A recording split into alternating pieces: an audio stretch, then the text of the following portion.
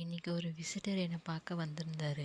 இவரோட வீடு இங்கே பக்கத்தில் தான் இருக்குன்னு நினைக்கிறேன். இவங்கள அடிக்கடி நான் ரீசெண்ட் டைமாக நிறைய டைம் மீட் பண்ணுறேன். மார்னிங் எப்பவும் போல் கோலம் போட போனேன். இப்போ எல்லாம் -6 -9 டெம்பரேச்சர் இருக்கிறதுனால தண்ணி தெளித்ததும் கொஞ்சம் நேரத்தில் அப்படியே ஃப்ரீஸ் ஆகிடுது. ஆக்சுவலாக இது ரொம்ப டேஞ்சரஸான ஐஸு, நம்மளை வழுக்கி விட்டுரும். அதனால் கொஞ்சம் சால்ட் ஸ்ப்ரிங்கிள் பண்ணால் ஐஸ் உடனே கரைஞ்சிரும். இனிமேல் கொஞ்ச நாளைக்கு தண்ணி தெளிக்காம தான் கோலம் போடணும். இந்த வருஷம் கிறிஸ்மஸ்க்கு டிசம்பர் 1ல இருந்து டிசம்பர் 24 வரைக்கும் 24 அட்வென்ட் கேலண்டர் ஆக்டிவிட்டீஸ் பண்ணலான்னு பிளான் பண்ணியிருக்கேன். தெரியாதவங்களுக்காக ஃபஸ்ட்டு அட்வென்ட் கேலண்டர்னால் என்னன்னு சொல்லிடுறேன். ஒரு கேலண்டரில் டோர்ஸ் இல்லை கம்பார்ட்மெண்ட்ஸ் இருக்கும். 1 to 24 நம்பர் பண்ணியிருப்பாங்க. ஒரு நாளைக்கு ஒரு டோர் தான் ஓப்பன் பண்ணணும். அந்த டோர் பின்னாடி ஒரு சர்ப்ரைஸ் கிஃப்ட் இருக்கும். இப்போ ரீசெண்ட் இயர்ஸில் chocolate, makeup, beauty products, toys, புக்ஸ்லலாம் கூட அட்வென்ட் கேலண்டர்ஸ் கடையில் பண்ணி விற்கிறாங்க.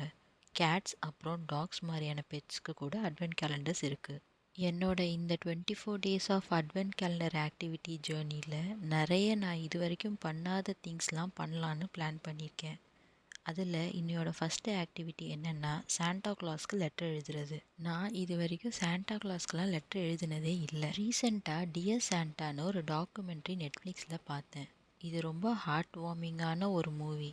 யூஎஸில் சாண்டாக்கு வர லெட்டர்ஸை எப்படி சார்ட் பண்ணி சில்ட்ரன் அப்புறம் அடல்ட்ஸோட விஷஸை ஃபில்ஃபில் பண்ணுறாங்கன்னு தான் இந்த டாக்குமெண்ட்ரியோட ஸ்டோரி. இந்த படத்தில் சில கிட்ஸ்லாம் டாய்ஸு, பெட்டெல்லாம் வேணும் அப்படின்னு லெட்டர் எழுதுவாங்க.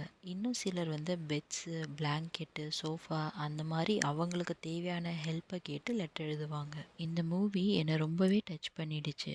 அதனால் நானும் சாண்டாக்கு லெட்டர் எழுதலான்னு டிசைட் பண்ணிட்டேன். இந்த லெட்டர் அனுப்ப ஸ்டாம்ப்ஸ் பேஸ்ட் பண்ண அவசியம் இல்லை. ரிட்டர்ன் அட்ரஸ் தெளிவாக மென்ஷன் பண்ணணும். ஒரே ஃபேமிலியை சேர்ந்தவங்க ஒரே கவரில் போஸ்ட் பண்ணலாம். கிறிஸ்மஸ்க்குள்ளே ரிப்ளை எக்ஸ்பெக்ட் பண்ணுறவங்க டிசம்பர் 8ஆம் தேதிக்குள்ளே அவங்க லெட்டர்ஸை போஸ்ட் பண்ணியிருக்கணும். குழந்தைங்களுக்காக ஸ்டாண்டர்டான டெம்ப்ளேட்ஸும் தந்திருக்காங்க.